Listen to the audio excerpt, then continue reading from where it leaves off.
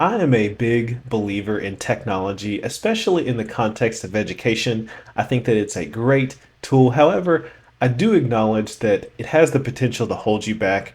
And there's an article I read about parents expressing their concerns about students' use of iPads in elementary school.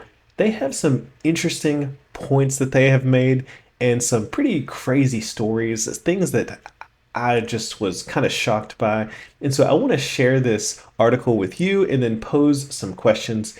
This article is extremely long. I'll post a link to it in the description, but I'm going to read a few snippets just so you can get the general idea of what's going on. So let's take a look at this. This article is posted on NBCnews.com and the headline reads, "Parents say school-issued iPads are causing chaos with their kids." A growing contingent of public school parents say school-mandated iPads, particularly in elementary and middle schools, are leading to behavior problems. This was posted on December 5th, 2025, from Los Angeles.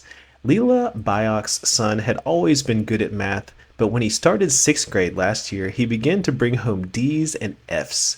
It crushed his self-esteem. His teachers told Bayok that he clearly understood the material, she said, but he just couldn't stay on task in his school on his school-issued Apple iPad.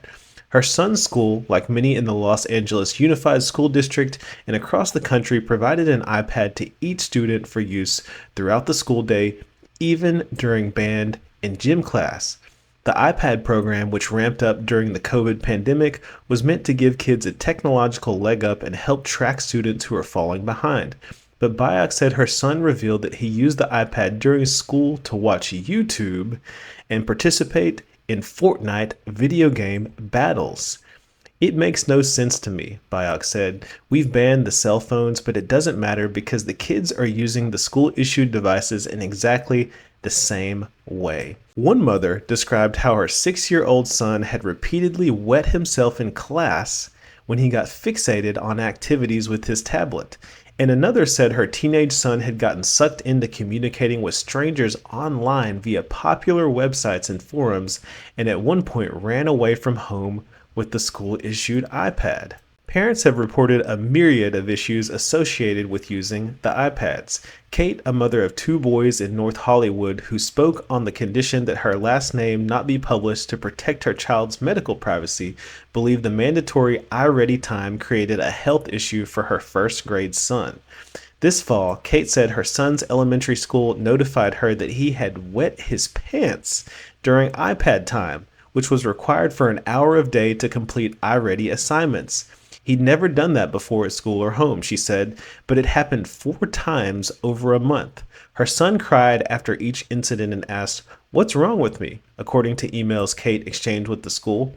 "I went ballistic because this shouldn't be happening," she said. "I felt like this was becoming a humiliation ritual." Kate said she and her son's pediatrician believed the time on the iPad when he had to use headphones for on-game based quizzes were overstimulating and made it difficult for him to notice normal body signals. The teacher agreed to limit her son to only 20 minutes a day on an iPad or a Chromebook, and he hasn't had an accident since, Kate said.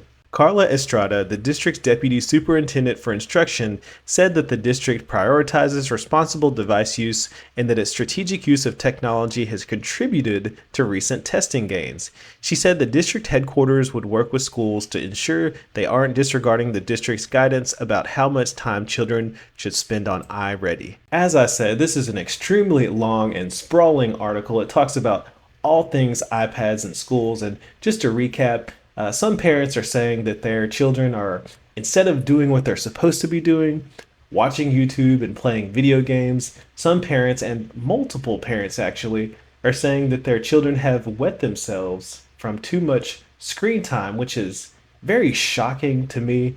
And to be fair, I don't have any experience with elementary, so I haven't seen these kinds of things in my classroom, but I'm like, wow, that's actually pretty crazy that students are losing control of their bodily functions.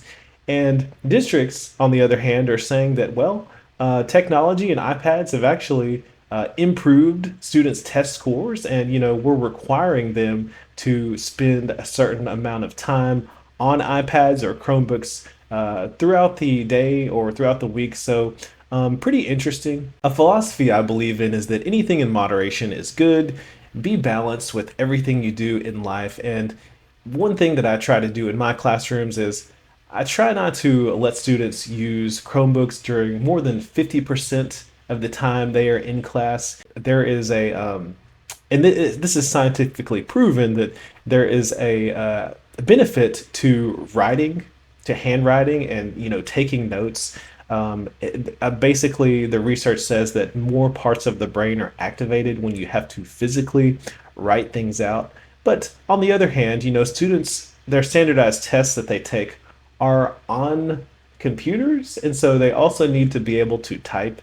And as a reading and English teacher, it's kind of like it's necessary. Students have to get that experience of typing, formatting, and things like that because those are skills that they also need to learn. Of course, my experience is primarily with the middle school side of things. I don't really know how things work out as much in elementary, but I do have a little bit of familiarity with first and fourth grade because my fiance has two daughters that are in those grades respectively, and they both have talked about using technology. The first grader has to complete and use Lexia, and the fourth grader has talked about using learning pads, which I believe are just basically the wording that they use for iPads in schools. But I haven't heard or seen any negative effects on their end.